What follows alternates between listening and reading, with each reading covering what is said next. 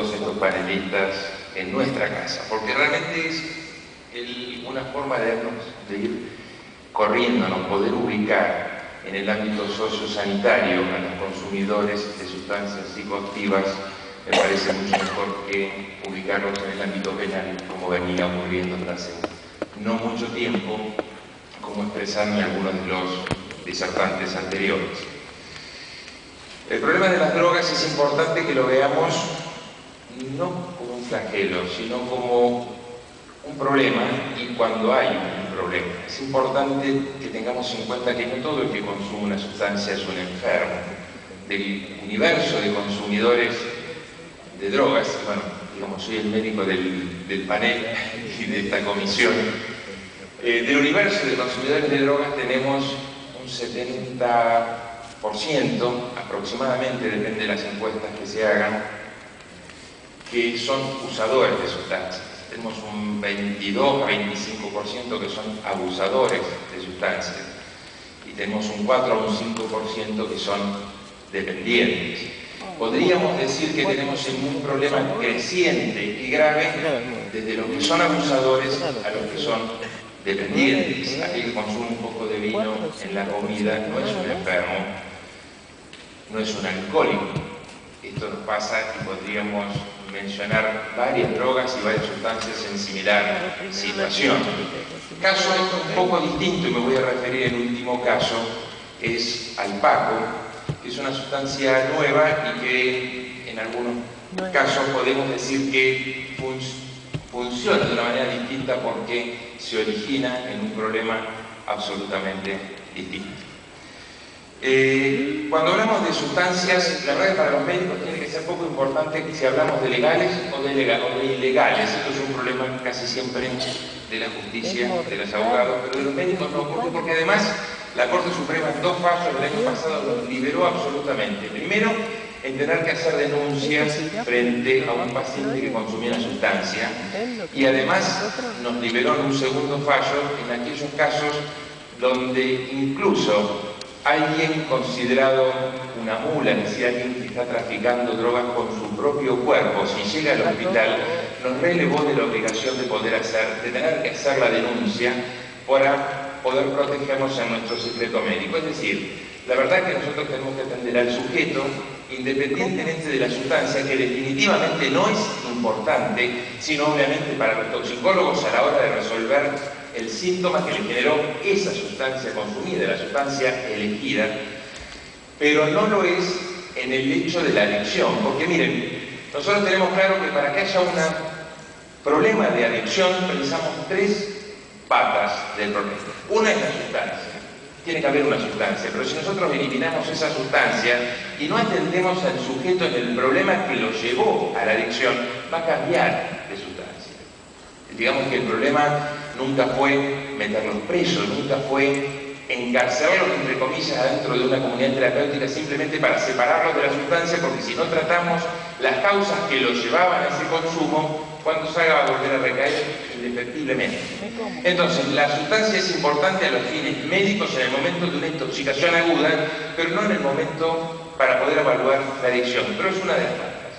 La segunda de las condiciones que tiene que haber para que haya un enfermo es la aptitud para enfermarse.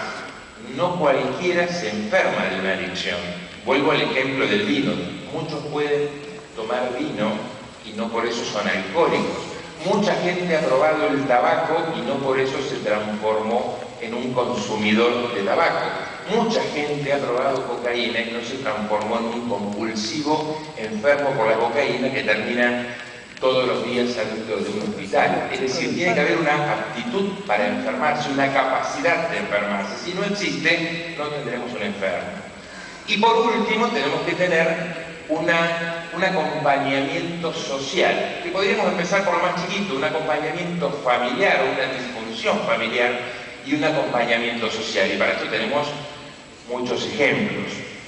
Si habláramos, y por eso, ¿por qué hago mucha insistencia? Y fíjense que casi siempre me refiero a lo que son drogas legales. Y sí, porque miren, soy el jefe de un servicio de toxicología donde vemos mucha cantidad de pacientes, estamos en el orden de los 30.000 consultas anuales. El año pasado tuvimos 2.033 casos de intoxicaciones agudas por drogas solo en un año, en un servicio, en un hospital de la ciudad de Buenos Aires. Y saben una cosa, el 60% de esas consultas se deben a consultas por drogas legales. El 54% puntualmente son por alcohol. El 6% son por psicofármacos. El 5% por cocaína. Un 5 por Paco, y debemos admitir que el Fernández, por ser el único hospital que tiene hoy por hoy internación, es un hospital que recibe todo el tiempo, con lo que está un poco inflado este número para nosotros. Y después tenemos una variedad de sustancias de gente que anda, bueno, por la vida probando hongos, plantas alucinógenas, LSD, pegamento, es decir, muchas otras sustancias, opiáceos, que tenemos y que consultan también por guardia. Pero el principal problema que tenemos con el alcohol y con los medicamentos. Del alcohol, bueno, ni hablar de lo que es este facilitamiento social del que hablábamos. Hoy por hoy vemos que el problema del alcohol está facilitado desde la casa. Tenemos una prohibición clara y concreta del consumo de alcohol en menores de 18 años, pero frecuentemente vienen a la consulta padres que nos dicen, bueno, bien, mi hijo tiene 16 años, yo prefiero que consuman en casa y no en la casa del Pedrito, porque el papá del Pedrito no los controla y en casa yo le compro medio litro de cerveza por chico. Grave. El alcohol está prohibido. Si está tan prohibido para nosotros que en este país el consumo el consumo nunca estuvo prohibido en nuestro país. Lo que está prohibido, bueno, en el caso de la droga lo que está prohibido es la tenencia, no el consumo. Y esto también a los médicos nos liberaba, porque cuando llegó un paciente habiendo consumido, también nos liberaba de tener que hacer una denuncia. Pero decía que es tan prohibida la cocaína como el alcohol en un menor de 18 años. Pero sin embargo el alcohol está como facilitado, sin embargo nos genera mucha más mortalidad y mucha más morbilidad el alcohol y los psicofármacos y las drogas ilegales. Porque aparte cuando uno habla de alcohol, cuando uno habla de accidentes, ¿cuántas muertes se lleva puesto el alcohol? Muchas veces no imputadas al alcohol. Es decir, alguien atropella 3 o 4 porque estaba alcoholizado, el alcoholizado es uno, pero todos los otros muertos que llegaron al hospital, o los politraumatizados que llegan al hospital, también son para cargarle al alcohol. Cuando hablamos de medicamentos tenemos una pluricausalidad. Tenemos médicos que prescribimos con mucha liviandad, esto es un problema del que tenemos que hacernos cargo, una presión de los laboratorios realmente importante para que prescribamos. Somos el país del mundo que más cantidad de psicofármacos consume por habitante del mundo. En este país todo el mundo toma para algo un ansiolítico, un relajante, todo el mundo es bipolar. Las tristezas están medicadas. Vieron que en nuestro país se pasó de moda estar triste, la gente está depresiva.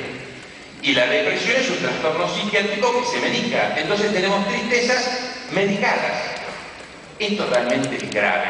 Un farmacéutico que gracias a que ahora le devolvimos el negocio del medicamento, porque por un disparate del año 91 habíamos liberalizado la venta de medicamentos y vendíamos medicamentos en góndolas con una publicidad infernal, que donde todo el tiempo se dice 2 estornudos, una loratadina si es primavera, 2 estornudos y un ambroxol si es otoño. Las chicas no menstruan más sin dolor, todo se trata con algún ibu.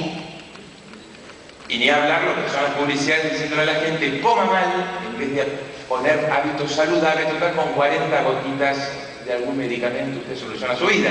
Es decir, una publicidad totalmente desmedida que tiende a la gente a automedicarse, y esto sin ningún lugar a duda, estoy convencido, es una de las grandes bases que tenemos del consumo de sustancias. Cuando un chico va a bailar y le ofrece un comprimido de éxtasis, que es igual que un comprimido de cualquier medicamento, ranurado, con colores, y le dicen que va a pasar 6-7 horas formidables, es muy difícil que diga que no. Todo el mundo en su casa toma algún medicamento, no está preparado para decir que no.